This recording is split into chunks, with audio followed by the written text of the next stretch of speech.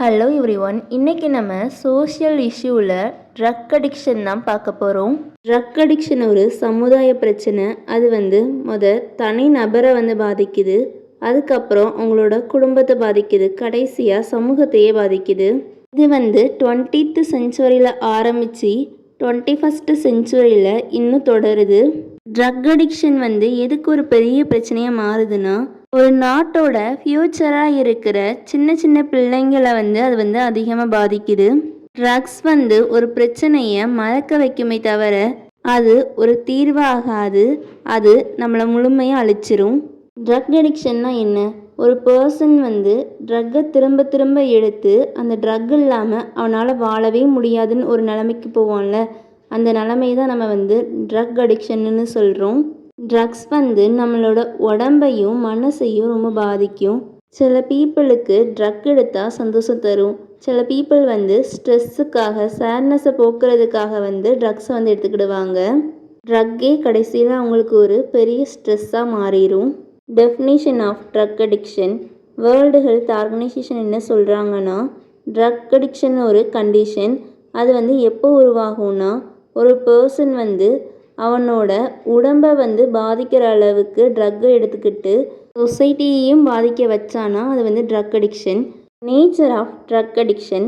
Drug addiction இருக்கிற people எப்போதுமே ட்ரக்கை பற்றியே நினச்சிக்கிட்டு இருப்பாங்க. ட்ரக் இல்லைன்னா அவங்களால வாழ முடியாதுன்னு நினைப்பாங்க. அவங்களால நிறுத்தவே முடியாது, எடுத்துக்கிட்டே இருப்பாங்க. அவங்க ட்ரக்ஸை எடுத்துக்கிடலைன்னா அவங்களுக்கு கை கால் நடுக்கும், அந்த மாதிரி ஏதாவது ஒன்று ஏற்படும். Next characteristics of drug addiction. First, uncontrollable desire. Drug மேலே தீர்க்க முடியாத ஆசை இருந்துக்கிட்டே இருக்கும். என்ன ஆனாலும் பரவாயில்ல, எவ்வளோ விளானாலும் பரவாயில்ல, ட்ரக்கை எடுத்துக்கிட்டே ஆகணுங்கிற ஒரு நிலைமைக்கு அவங்க போவாங்க. மணி இல்லாத சூழ்நிலையில் ஒரு ட்ரக் அடிக்ட் மணியை கடனாவோ இல்லை திருடியோ ட்ரக்கு வாங்கணும்னு நினைப்பாங்க. ரெண்டாவது, இன்க்ரீஸ்டு டோசேஜ். இவ்வளோ காணாது, இன்னும் கொஞ்சம் வேணும், இன்னும் கொஞ்சம் வேணும் அப்படின்னு நினச்சிக்கிட்டே இருப்பாங்க. Third, physical and psychological dependence.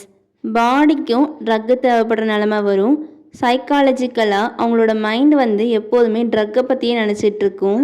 நாலாவது, ஹார்ம்ஃபுல் எஃபெக்ட். ட்ரக் அடிக்ஷன் நம்மளையும் பாதிக்கும், நம்மளோட சொசைட்டியும் பாதிக்க ஆரம்பிக்கும். Reason for drug addiction. Drug addiction எதனாலலாம் ஏற்படும்? ஃபஸ்ட்டு, அவங்க ஸ்ட்ரெஸ்ஸையோ டிப்ரெஷனையோ போக்கணும்னு நினச்சி ட்ரக்குக்கு அடிக்ட் ஆவாங்க. ரெண்டாவது, கூட படிக்கிறவங்க, கூட வேலை பார்க்குறவங்க ப்ரெஷர் பண்ணி ஒருத்தங்களை ட்ரக் அடிக்டாக மாற்றுவாங்க. மூணாவது, கியூரியாசிட்டி அண்ட் எக்ஸ்பிரிமெண்டேஷன். இது எடுத்துக்கிட்டால் என்ன ஆகுன்னு ஒரு ஆர்வத்தில் எடுத்துக்கிடுறது. நாலாவது, ஃபேமிலி ப்ராப்ளம்ஸ். அவங்களோட குடும்ப பிரச்சனையை மறக்கிறதுக்காக ட்ரக் எடுக்க ஆரம்பிப்பாங்க. கடைசியில் அதுவே ஒரு பெரிய ஃபேமிலி ப்ராப்ளமாக மாறும். அஞ்சாவது, லேக் ஆஃப் அவேர்னஸ்.